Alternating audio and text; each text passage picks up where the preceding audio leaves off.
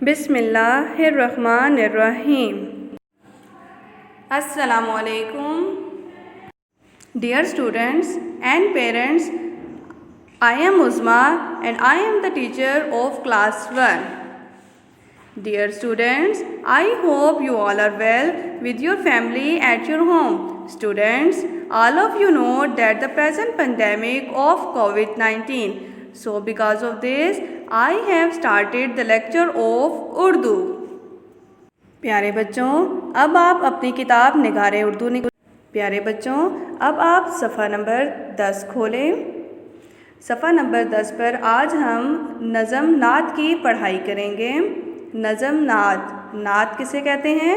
ایسی نظم جس میں حضرت محمد صلی اللہ علیہ وآلہ وسلم کی تعریف بیان کی جائے اسے ہم نعت کہتے ہیں۔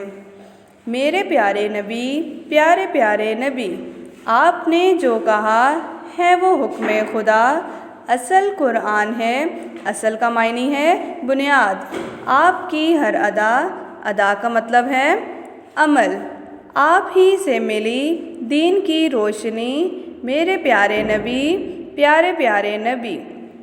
پیارے بچوں، اس بات میں ہمیں بتایا گیا ہے کہ پیارے نبی حضرت محمد صلی اللہ علیہ وآلہ وسلم کو کہا گیا ہے جو ہمارے آخری نبی ہیں اور ان کے بعد کوئی نبی یا رسول نہیں آئے گا۔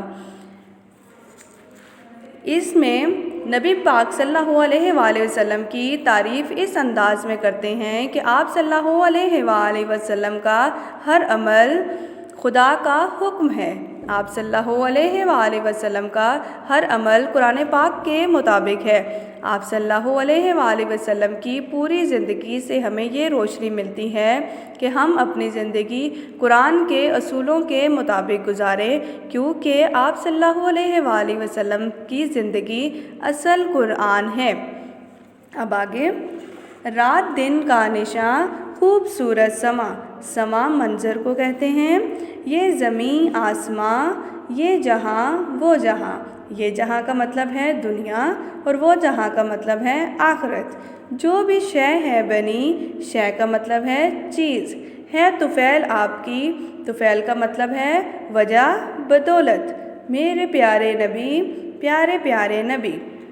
پیارے بچوں، اس میں ہمیں بتایا گیا ہے کہ اللہ تعالیٰ نے اس دنیا کو حضرت محمد صلی اللہ علیہ وآلہ وسلم کی وجہ سے بنایا ہے۔ یہ زمین، آسمان، دن، رات، دنیا اور آخرت سب اللہ تعالیٰ نے اپنے پیارے محبوب حضرت محمد صلی اللہ علیہ وآلہ وسلم کی وجہ سے بنائے ہیں۔ پیارے بچوں، آج ہم نے نظم نعت مکمل کر لی ہے۔ پیارے بچوں، اب آپ نے اس نظم نعت کو گھر میں اچھے سے پڑھنا ہے اور یاد کرنا ہے۔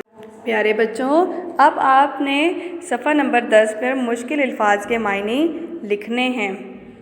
پہلا لفظ ہے اصل، اصل کا معنی ہے بنیاد، اصل بنیاد، ادا کا معنی ہے عمل، ادا عمل، سما کا معنی ہے منظر، سما منظر، جہاں کا معنی ہے دنیا، جہاں دنیا، شے کا معنی ہے چیز، چیز، طفیل کا معنی ہے وجہ، بدولت، طفیل کا معنی ہے وجہ۔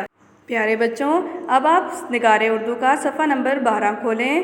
صفحہ نمبر 12 پر آج ہم قواعد کا حصہ پڑھیں گے۔ پیارے بچوں، آج ہم لفظ کے بارے میں پڑھیں گے۔ لفظ کسے کہتے ہیں؟ ہم جو کچھ لکھتے ہیں وہ کئی لفظوں سے مل کر بنتا ہے، دو یا دو سے زیادہ حروف کے ملنے سے لفظ بنتا ہے۔ مختلف لفظوں میں حروف کی تعداد مختلف ہوتی ہے۔ مثال، الف مدہ اور میم دو الگ الگ حرف ہیں، ان دو حروف کو آپس میں ملانے سے لفظ عام بنتا ہے۔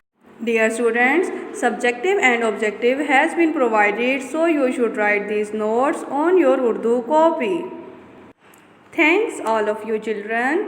May you keep praying from Allah to keep us safe and the people of the world from the COVID-19.